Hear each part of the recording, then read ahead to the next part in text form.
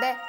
간밤의 최대 이슈 중에 하나는 바로 유가 급등이 아니었을까요? 일단 유가는 신흥국에서 굉장히 또 초점을 맞추고 있는 WTI 가격 변수 중에 하나죠. 5.4%가량 올라가면서 올해 들어서만 일간 최대 상승폭을 기록했습니다. 이것이 조선주를 이끌었다라는 뉴스가 쏟아진 가운데 어떤 연결고리를 갖고 있을지.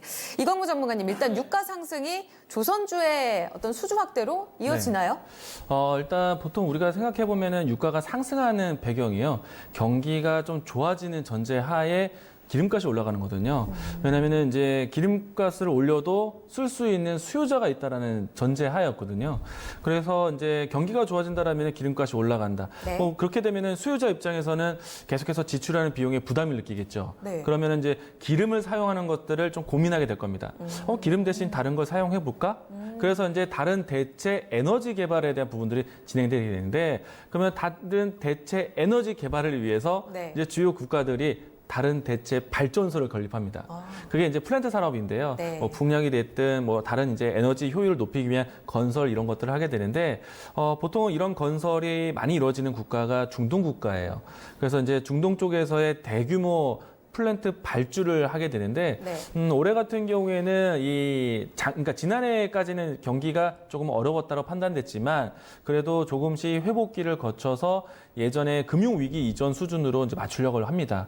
그래서 이제, 어느 시기든지 유가가 올라갔을 때 부담을 다른 대체 발전소 건립으로 연결짓게 되는데, 대부분 이제 중동 국가에서 그런 노력이 지난해까지는 어려웠지만, 올해부터는 조금씩 프로젝트를 진행하고 있거든요. 네. 그리고 만약에 이제 프로젝트에 대한 시공을 계획하겠다라는 기점이 사실 유가 가격으로 정답을 있는 건 아니지만, 대체적으로 우리가 좀 기준선 잡았을 때 유가 $60 이상으로 올라가면 주요 국가에 대한 이 플랜트 발주를 시작할 것이다라고 예상을 하고 있습니다. 그래서 오늘 뭐 최근에 이제 유가가 좀 빠르게 좀 반등을 좀 하고 있잖아요. 그동안 어려웠다가 오늘 이 $57 선까지 왔는데, 네. 만약에 $60 선까지 넘어선다라면은 이 발주에 대한 기대감이 더 커질 거예요. 그리고 저도 역시나 이 조선주들 또 해양 플랜트에 대한 관심이 좀 포커스를 맞출 때 하반기로 많이 봤거든요. 그래서 이제 이 $60 선에 대한 부분들이 좀 안정화된다라면은 네. 아마 하반기로 갈수록 조선주들 혹은 이제 건설주들에 대한 움직임도 상당히 좋지 않을까 예상을 해봅니다. 오늘은 조선에만 반영이 됐지만 조금 더 확산 기대감까지 얘기해 주셨고요. 최정호 전문가님, 그러면 특히나 오늘 사실 해양 플랜트 얘기를 해주셨지만, 그렇죠. 네. 해양 플랜트도 좋았고 여기에 LNG 쪽도 다 같이 좋았단 말이에요. 그렇죠. 여기서도 네. 연결고리가 있어요? 유가 상승과 당연하겠죠. 함께? 요즘에 시장에서 계속해서 지구 온난화 과정과 관련돼서 요즘에 석탄에 대한 발전을 좀 줄여나가려는 의지가 굉장히 많고요. 그리고 석탄에 대한 에너지원을 좀 줄이고 우리가 LNG 복합화력 발전 쪽으로 좀 많이 좀 넘어가려고 하고 있었죠. 그 이유 중에 하나가 바로 여러 가지 환경적 부분도 있었고요. 그리고 IMO도 큰 역할을 좀 하고 있는데, 황산화물에 대한 규제책이 있었죠. 그래서 기존에 황산화물에 대한 규제책이 네. 3.5%에서 0.5%로 줄어드는데, 일부 항구들을 중심으로, 네. 일부 항구들을 중심으로 어떤 흐름이 좀 나타나고 있냐면, 스크러버를 장착한, 그러니까 쉽게 얘기해서 우리 디젤 차에다가 집진 장비를 설치를 하거든요. 그러니까 집진 장비를 설치한, 스크러버를 설치한 이런 배에 들어서 입항을 거부하는 사태들이 지금 일어나고 있다라는 것입니다. 그럼 앞으로 스크러버가 시장에서 대안책이 될 수가 없다라고 얘기를 할 수가 있겠죠.